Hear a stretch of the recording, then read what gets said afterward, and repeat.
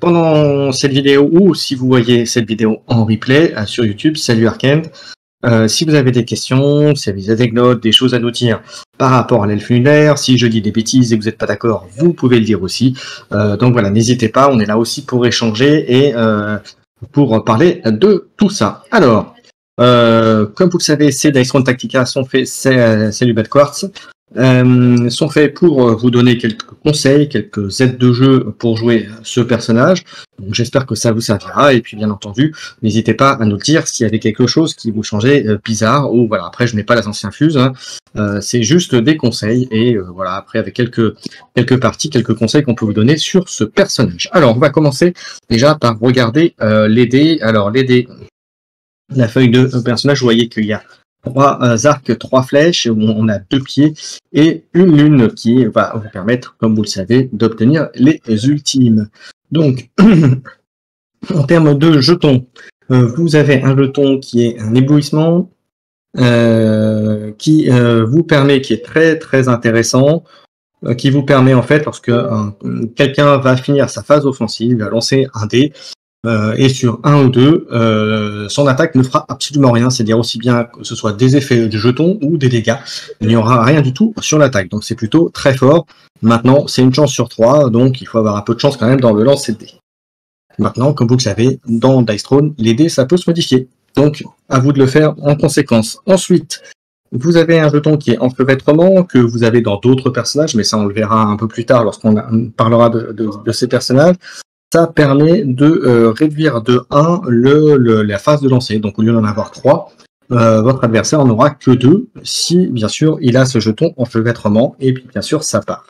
Comme l'éblouissement à la fin de la phase offensive suivante. Ensuite, l'elfe lunaire peut gagner des jetons évitement. Alors des jetons évitement, c'est très pratique puisque ça permet d'éviter toute une attaque contre lui, en faisant un 2, là aussi une chance sur 3, sauf que là, au lieu de pouvoir en mettre qu'un avec l'éblouissement sur votre adversaire, là, lui, peut avoir jusqu'à 3 jetons évitement, donc c'est quand même très bon, et voilà, même si vous avez raté un, vous avez le deuxième qui peut passer, ou le troisième, donc là, logiquement, vous avez toutes les chances d'éviter l'attaque.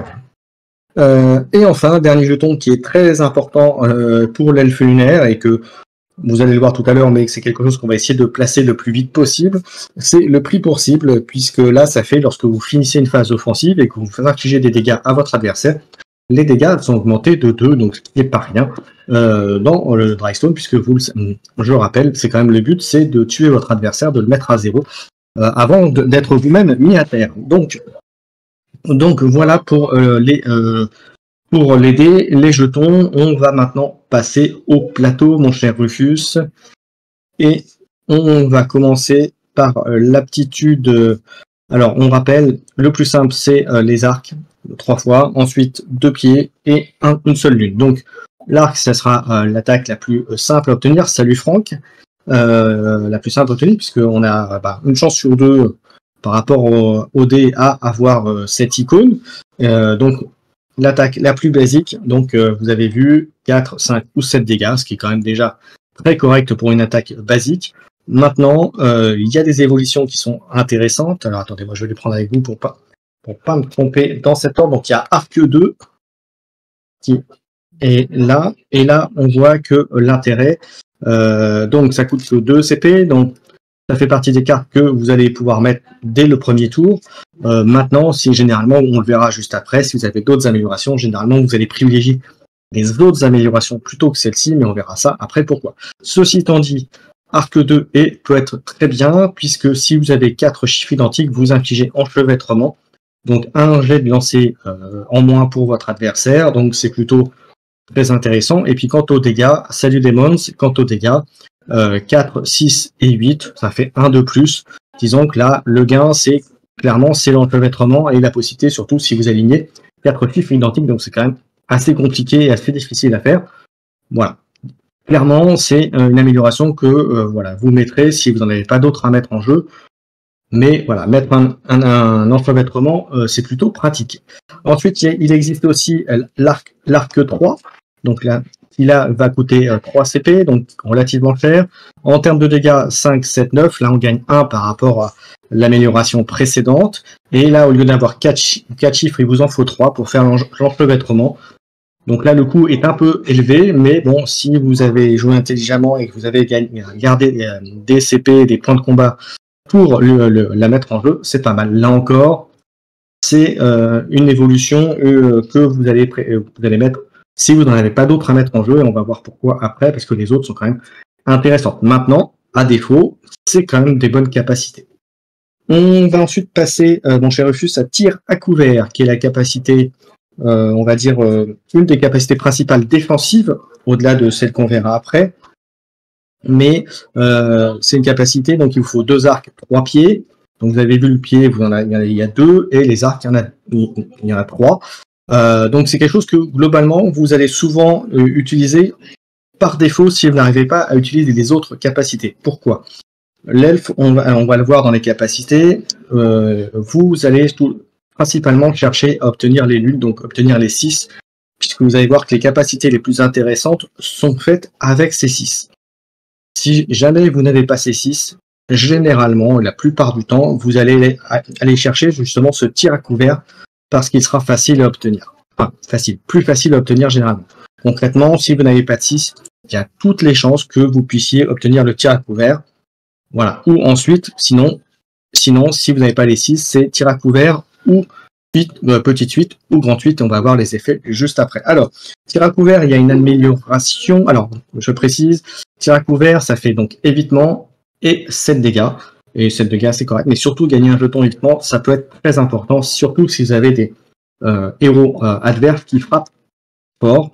Voilà, parce que mine de rien, éviter une attaque qui fait par exemple 10 ou 11 dommages, et c'est plus intéressant qu'une qui fait que 4 ou 5. Voilà, mais clairement, en termes de ratio dommage, ça peut être très intéressant. Attention, comme je précisais tout à l'heure, les jetons évitement, c'est que sur 1-2, sur un D6, donc il faut quand même y arriver. L'amélioration, eh bien, ça vous donne toujours un évitement, ça fait 2 dégâts de plus, qui est quand même très bon, et puis surtout, ça vous donne une autre compétence, manœuvre d'évitement, avec 3 pieds. Vous pouvez faire gagner un jeton évitement, et vous faites 2 dégâts imparables. Alors cette capacité est très bien pour vous, et elle est encore plus intéressante lorsque vous êtes en mode aventure. Bon là on sort du duel, je sors un peu de ça, mais c'est une compétence qui clairement, si vous êtes en aventure, en mode DTA, peut être intéressante à obtenir, puisque là, c'est le joueur de votre choix, donc c'est pas forcément vous, ça peut être un de vos camarades. Voilà pour le tir à couvert. Ensuite, on a le tir fatal en compétence. Alors, le tir fatal, donc vous avez vu 3 arcs, 2 lunes, c'est là où, comme je dis, on va chercher les 6. Et là, cette compétence permet donc de mettre sur votre adversaire le prix pour cible et d'infliger 4 dégâts. Donc ça veut dire le prix pour cible, vous le mettez et vous infligez 4 dégâts, mais plus 2, puisque vous avez mis le prix pour cible. Et donc du coup, 6 dégâts, donc une attaque qui est déjà bien rentabilisée. Attention, il faut les 6. Et comme je dis, là, c'est quelque chose que vous allez pouvoir obtenir assez facilement. Voilà, à partir du moment où vous avez obtenu au moins les 2-6. Ensuite, on passe au tir fatal numéro 2. L'amélioration, donc. Voilà, alors là, vous voyez, la même chose, prix pour cible, mais 6 dégâts, donc 8 en l'occurrence. Donc ça fait déjà de bons dégâts. Et ensuite, vous avez une autre compétence qui est la concentration. Là aussi, il vous faut que 3 dés. Généralement 2 arcs et un 6. C'est largement faisable, c'est largement jouable. Alors là, ça ne fait pas de dégâts. Mais en revanche, vous gagnez le prix pour cible. Et ensuite, vous mettez un enchevêtrement. Alors que là, ce qu'il faut savoir aussi, c'est que le prix pour cible, vous pouvez les mettre qu'une fois. Ce qui veut dire que si vous retombez sur cette compétence, eh bien le prix possible ne vous servira pas. Donc clairement, c'est une compétence que vous allez, comme je disais tout à l'heure, surtout chercher à obtenir en début de partie, voilà, en début d'affrontement, pour mettre le prix pour cible, pour pouvoir augmenter les dommages que vous allez faire avec vos autres attaques. Maintenant, attention, si votre adversaire vous l'enlève, ça peut être intéressant d'aller le chercher. Mais voilà, clairement, après, si votre adversaire a déjà un prix pour cible, c'est clairement quelque chose que vous allez essayer d'éviter et vous allez essayer d'obtenir une autre compétence. Donc voilà pour ça. N'hésitez pas à intervenir d'ailleurs dans le chat hein, si j'oublie quelque chose. Ensuite, on va passer à la flèche explosive. C'est une compétence qui sera assez facile d'obtenir, même s'il vous faut 3-6.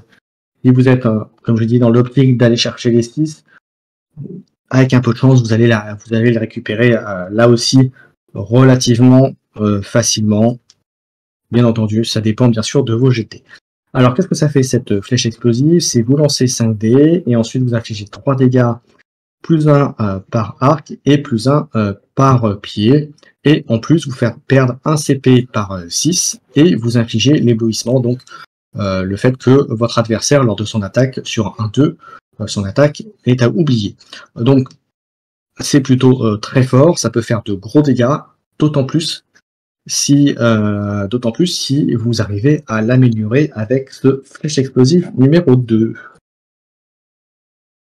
Montrer refus. Voilà, et là on reste toujours à 5D, sauf qu'on peut voir que les pieds sont passés de plus 1 à plus 2.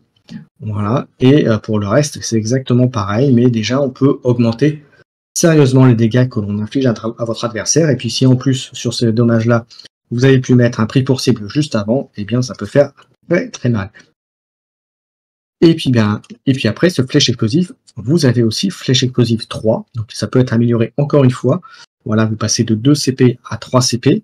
Là, clairement, en jeu, pour l'avoir fait plusieurs fois, vous vous rendez compte que si vous l'avez amélioré en 2, bon, sauf si vous avez la 3, mais généralement, vous allez l'améliorer une fois, et voilà, sauf avoir la 3 et avoir le CP, vous allez laisser faire autre chose avec vos cartes.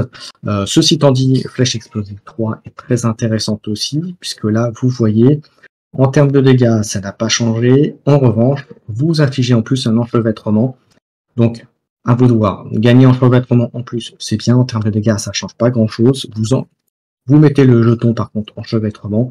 Donc, clairement, ce que vous mettiez le 2 ou le 3, il n'y a pas une grosse différence en termes de jeu. Donc, à vous de voir. À vous de voir comment vous voulez le gérer.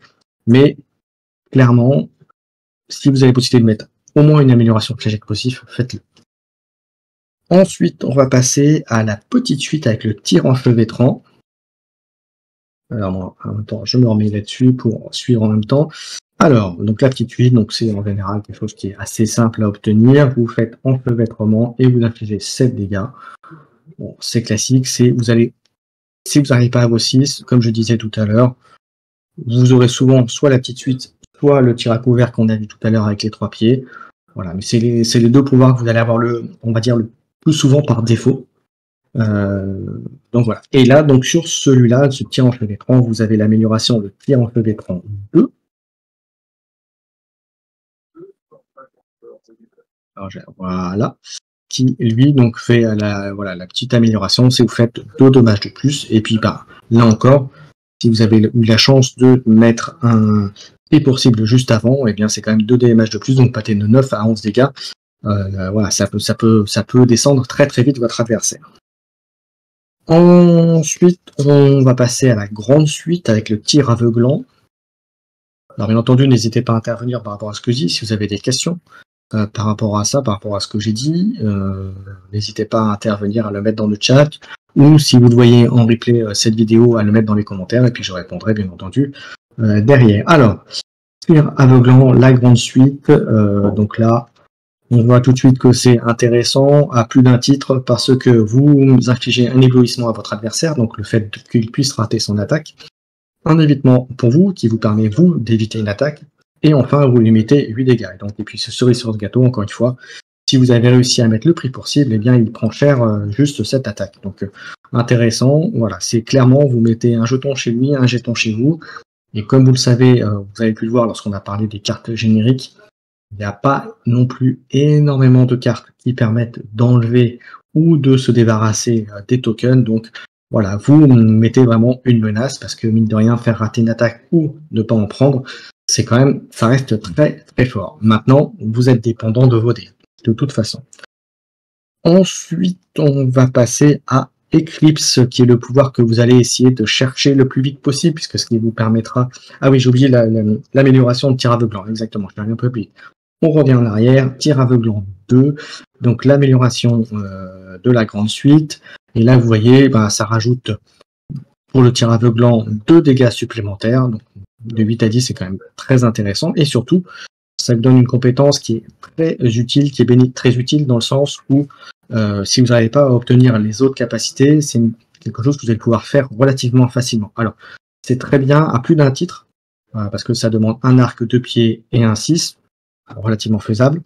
Et surtout, alors même si vous ne faites pas de dommages, dites-vous que vous gagnez quand même 3 évitements, en sachant que le maximum c'est 3. Donc si vous en aviez déjà en attente, eh bien c'est dommage, vous allez en perdre. Et par contre, vous infligez un enchevêtrement, donc dans les deux cas, c'est une bonne capacité de défendre ou de temporiser si jamais vous n'arrivez à rien faire avec vos jets de dés. Donc voilà, c'est une amélioration que si vous l'avez, il faut la mettre, pas envie de vous dire d'office, mais que je vous conseille fortement. Là, on va en fait passer maintenant à Eclipse, on y arrive. Donc là, c'est les 4-6. Voilà, donc comme vous le savez, à 5-6, vous avez l'ultime, donc c'est ce que vous allez essayer d'avoir, et par défaut, si vous avez un ultime et qu'un adversaire vous modifie un dé, c'est ce que vous aurez, et ça reste de toute façon une très bonne capacité. Alors, pourquoi? Parce que ça inflige éblouissement, enchevêtrement, le prix pour cible. Alors, le prix pour cible, en général, si vous ne l'avez pas mis, c'est aussi un bon moyen de le mettre. Maintenant, souvent, vous avez joué correctement, vous aurez déjà mis le prix pour cible à votre adversaire. Mais bon, disons que voilà, s'il a trouvé le moyen de vous l'enlever, vous leur mettez un jeton, vous faites tiens, c'est cadeau, le prix pour cible, et puis ensuite vous infligez donc 9 dommages à votre adversaire, puisqu'il y a les plus 2 du prix pour cible qui sont pris en compte. Donc voilà, donc une bonne capacité. Et c'est encore plus vrai si vous prenez l'amélioration qui est à 2 CP, donc là, clairement, je vous le dis tout net, si vous l'avez au premier tour, vous cassez pas la tête, vous allez chercher, vous mettez tout de suite cette amélioration. Parce que voilà, c'est la recherche de l'ultime. Et puis comme je vous l'ai dit, une des tactiques de jeu principales de l'elfe lunaire, c'est d'aller chercher les 6. Et bien du coup, cette amélioration est quand même très intéressante et très utile. Et si jamais vous n'avez pas obtenu les 4 et que vous obtenez quand même les 3 lunes, vous aurez probablement la possibilité de faire soit l'ombre lunaire, soit la flèche explosive, puisque la flèche explosive par rapport à l'ombre lunaire, c'est un arc de plus. Mais comme vous le savez, comme je vous l'ai dit tout à l'heure, un arc, c'est une chance sur 2 de l'avoir sur votre dé. Voilà. Maintenant, l'amélioration d'Eclipse, donc vous passez de même jeton, mais vous passez de 7 à 9 dégâts, donc à 11 dégâts avec l'amélioration. Est-ce que tu peux, voilà, et l'Eclipse et l'ombre lunaire, vous faites pas de dégâts, mais par contre vous mettez tous les tokens. C'est-à-dire vous gagnez un évitement, vous mettez éblouissement, enchevêtrement, prix pour cible. Donc c'est pas rien. Donc à défaut, vous mettez tous les tokens et là encore ça peut faire la différence. Maintenant, ça dépend beaucoup des dés, mais ça on va y revenir en conclusion du personnage. Ensuite, on va voir la défense, mon cher Rufus, avec manquer. Voilà, la défense, donc là, ce qui est bien, c'est qu'on voit tout de suite qu'on est à 5 dés, et la grosse capacité de l'elfe, c'est, comme vous le voyez à l'écran, si vous arrivez à faire 2 pieds, vous prévenez la moitié des dommages, arrondi bien sûr au supérieur, et si vous faites 2 flèches, par 2 flèches, vous faites un dommage, donc ce qui est plutôt très bien et plutôt très fort. Voilà, à côté de ça, puisque si vous avez vu les dommages qu'elle est capable de faire avec ses capacités, ça peut aller très très vite là encore. Et manquer, là aussi, si vous avez la possibilité d'avoir l'amélioration, qui est manqué numéro 2. Alors, comme vous le voyez, ça coûte 3 CP, donc ça veut dire qu'il faudra que vous ayez gagné un peu de temps pour pouvoir mettre l'amélioration. C'est clairement pareil, une carte majeure dans le deck de l'elfe. Si vous avez la possibilité de le mettre, vous le mettez. Alors pourquoi? Ça reste toujours 5 dés, ça fait toujours les 2 pieds et la moitié des dommages, mais là où c'est important, c'est qu'au lieu d'avoir pour deux arcs un dégât, vous faites pour chaque arc. Et là, pour le coup, c'est pas la même musique. Imaginez sur les 5 dés, vous faites les 2 pieds, vous prenez la moitié des dommages, et surtout, vous mettez à côté 3 dégâts à votre adversaire. Donc c'est capable de faire encore plus de dommages et d'aller, entre guillemets, un peu plus vite à votre adversaire, sur les dommages à votre adversaire, et voilà. Par contre, le défaut, c'est que ça coûte 3 CP, donc il faut les avoir de disponibles. Donc après, à vous de bien gérer vos PC. Alors, en conclusion, et puis il reste ensuite maintenant Voilà pour les capacités. Donc, comme je disais, hein, on part sur l'idée d'aller sur l'ultime, c'est l'éclipse de lune. Et l'ultime, bah, c'est quand même très fort parce que vous gagnez un évitement, vous avez tous les tokens qu'on a vus tout à l'heure, tous les jetons qu'on a vus, éblouissement, enchevêtrement, prix pour cible, puis on affiche 12 dégâts. Donc ça veut dire comme il y a le prix pour cible, ça fait 14 dégâts direct dans la figure de votre adversaire. Donc voilà, vous allez me dire, c'est pas des gros dégâts, mais ça reste un ultime, donc il se prend les dégâts, et voilà, il peut être content d'avoir les tokens. Voilà, donc très bon ulti, là aussi, pour ce que ça fait. On va regarder maintenant les cartes spécifiques à l'elfe. On va commencer par la carte échappatoire, mon cher Rufus, qui est une carte très importante, à plus d'un titre. Alors, ça coûte 1 CP, c'est une carte rouge, donc vous pouvez l'utiliser n'importe quand. Et ça peut vous permettre, un joueur de votre choix gagne un évitement. Alors c'est très bien, notamment si vous prenez une grosse attaque, l'adversaire dit ouais je vais gagner, je vais te mettre une grosse patate, je vais te mettre de gros dégâts. Et hop, pour un CP, vous gagnez le jeton, vous l'utilisez tout de suite dans la foulée. Et vous avez réussi, enfin avec un peu de chance, vous réussissez votre abattement et du coup l'attaque est réussie. Donc ça peut être très bien en surprise, en dernier moment. Vous pouvez aussi le faire, imaginez vous avez 3 tokens évitement. Vous avez fait vos 3 tokens et manque de bol, ça n'a pas marché. Vous l'utilisez, vous en gagnez un, vous l'utilisez dans la foulée, ça vous aura fait utiliser 4 jetons évitement, et puis peut-être que le dernier ça marche. Donc voilà, ça peut être pas mal. Donc très bonne carte. Donc là clairement, vous la gardez quoi qu'il arrive. Surtout vous ne la revendez pas, gardez-la et utilisez-la pour le jeton évitement, bien sûr. On va ensuite passer à la carte Salve, mon cher Rufus, qui est une carte orange, donc un modificateur d'attaque, ou un CP qui est sympa, voilà, pour 5D. Vous gagnez un dégât en plus, de plus par arc, et en plus vous infligez enchevêtrement.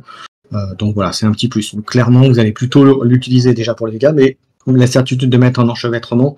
Donc là encore, clairement, vous n'utilisez pas cette carte si vous avez déjà utilisé une capacité qui met enchevêtrement. Voilà. Sauf si votre adversaire, en réponse à votre attaque, vous l'enlevez et que vous voulez lui remettre. Mais ça sera rarement le cas, hein, soyons direct là-dessus. Mais voilà, mais en tout cas, ça peut faire aussi les dommages qui manquent pour finir votre adversaire, etc. Enfin, en tout cas, une carte qui est très correcte. Maintenant, de vous à moi, j'ai souvent eu le cas où je l'ai revendu justement pour pouvoir mettre une amélioration, pour pouvoir faire plus de dégâts au long terme, parce que c'est qu'une carte. Et comme on dit, c'est 5 dégâts d'enchevêtrement, c'est bien. Mais entre ça et améliorer une compétence qui est potentiellement plus dangereuse, à vous de voir. Disons que en fin de partie, vous allez pouvoir l'utiliser, ça peut être intéressant. En début, milieu de partie, vous allez préférer peut-être la vendre pour gagner un point de combat et mettre une amélioration de compétence.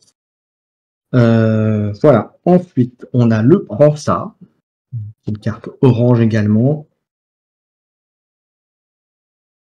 Voilà, qui est un modificateur. On lance un dé et en fonction des résultats, sur un arc, on gagne 2, sur un pied, on fait enchevêtrement, et sur un 6, on fait éblouissement. Donc là, et en plus, l'intérêt de cette carte-là, c'est qu'elle coûte 0. Donc voilà, avec un peu de chance, vous faites un 6, vous faites un éblouissement, donc c'est quand même très bon et très dangereux pour vos adversaires. Donc voilà, une bonne carte à utiliser derrière. Et puis pour 0 CP, on va pas s'en priver, c'est utile. Enfin, dernière carte du set de l'Ève, c'est-à-dire Magie lunaire. Alors c'est une carte, vous avez vu 4 PC, alors elle est très forte sur le papier, c'est-à-dire parce que ça vous permet d'avoir évitement, de faire éblouissement, enchevêtrement, pris pour cible à un adversaire, donc à 2, vous savez sur qui ça va aller. Maintenant à 4 CP, généralement avec l'elfe, vous en aurez eu besoin avant pour, alors, sauf cas particulier bien sûr, pour utiliser vos compétences, pour améliorer vos compétences, pour utiliser vos cartes. Donc là, par expérience, souvent, magie lunaire, vous allez la revendre, parce que vous aurez rarement le cas où vous aurez les 4 CP à utiliser pour ça. Donc voilà, après c'est une bonne carte, comme j'ai dit, mais à 4 CP, c'est un peu cher. C'est un peu cher et vous allez préférer souvent garder une carte pour modifier un dé, pour améliorer une compétence. Donc voilà, enfin, en tout cas, c'est mon point de vue sur cette carte-là. Voilà, on arrive à la conclusion de l'elfe. Alors, qu'est-ce qu'on peut dire sur l'elfe? Donc, tactique de jeu, ben, je vous l'ai déjà un peu dit pendant qu'on décrivait le plateau, les aberrations, les cartes, les tokens.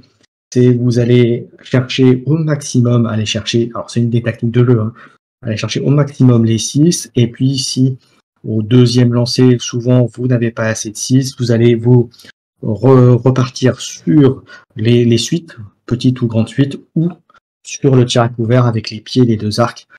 Donc voilà. Donc le schéma de jeu, généralement c'est ça, et puis après bien sûr, c'est fonction aussi de vos jets de dés, de ce que vous avez dans la main, et ainsi de suite.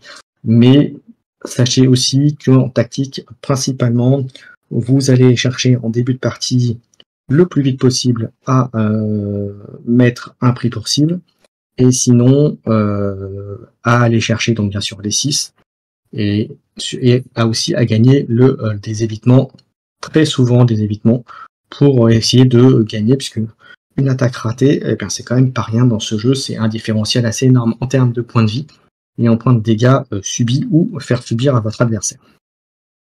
Voilà, j'en ai terminé pour l'elfe lunaire. Si vous avez